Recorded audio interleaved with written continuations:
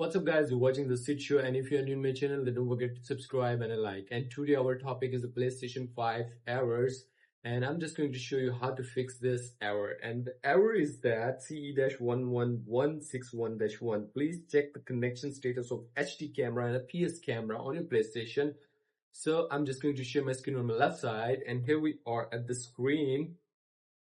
We're at the screen, and here we go to settings, and then you go to the scroll down. Here's the accessories. There's other accessories, and scroll down in the last you can adjust the HD camera and adjust the PlayStation camera. Both cameras here.